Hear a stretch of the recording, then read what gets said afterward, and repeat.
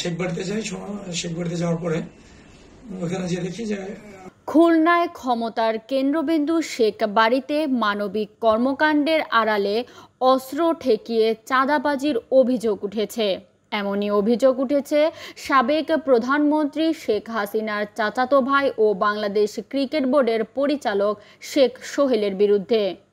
তার বিরুদ্ধে ৬০ লাখ টাকা চাঁদা নেওয়ার অভিযোগে মামলা করা হয়েছে। এ মামলায় স্থানীয় সরকার প্রকৌশল অধিদপ্তরের তৎকালীন নির্বাহী প্রকৌশলী আবুল কালাম মোহাম্মদ আনিসুজ্জামানকেও আসামি করা হয়েছে। ৩ সেপ্টেম্বর ঠিকাদারি প্রতিষ্ঠান মেসার্স এস.আর. ট্রেডার্সের মালিক শেখ শহীদুল ইসলাম বাদী হয়ে খুলনা মহানগর হাকিম মোহাম্মদ তরিকুল ইসলামের আদালতে মামলাটি দায়ের করেন। আদালত বাদীর আর্জি গ্রহণ করে সোনাডাঙ্গা থানা পুলিশকে তদন্তের নির্দেশ দেন। বাদী পক্ষের আইনজীবী এস.এম. মাসুদুর রহমান জানান, গত ২৩ এপ্রিল শেখ সোহেল বাদীকে বাড়িতে ডেকে পাঠান। তিনি শেখ সোহেলের বাড়িতে গেলে কেন প্রকৌশলী আনিসের বিরুদ্ধে দুদকে অভিযোগ দিয়েছেন তা জানতে চান।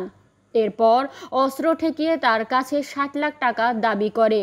বাদী পরে ৬০ লাখ টাকা তুলে তা শেখ সোহেলকে দিয়ে আসেন। ওই সময় তিনি থানায় মামলা করতে গেলে পুলিশ মামলা নেয়নি। আওয়ামী লীগ ক্ষমতায় আসার পর থেকে খুলনার শেখ বাড়িটি ধীরে ধীরে পরিচিতি লাভ করে। খুলনার রাজনীতিও পরিচালিত হতো এই শেখ বাড়ি থেকে। শেখ পরিবারের অন্যান্য সদস্যরা মাঝে মধ্যে যাওয়া আসা করলেও শেখ সোহেলের খুলনায় থাকার একমাত্র আবাসস্থল ছিল এই শেখ বাড়িটি। শেখ সোহেল খুলনাতে আসলে সেখানে নেতাকর্মীদের ভিড় তৈরি হতো। এছাড়াও করোনা মহামারীর সময় মানবিক কাজের অংশ হিসেবে শেখ সোহেল অক্সিজেন ব্যাংক এই বাড়ি থেকেই ব্যাপকভাবে কাজ করে। এই বাড়িতে বসেই শেখ হাসিনা নেতাকর্মীদের সাথে মত বিনিময় করেছেন।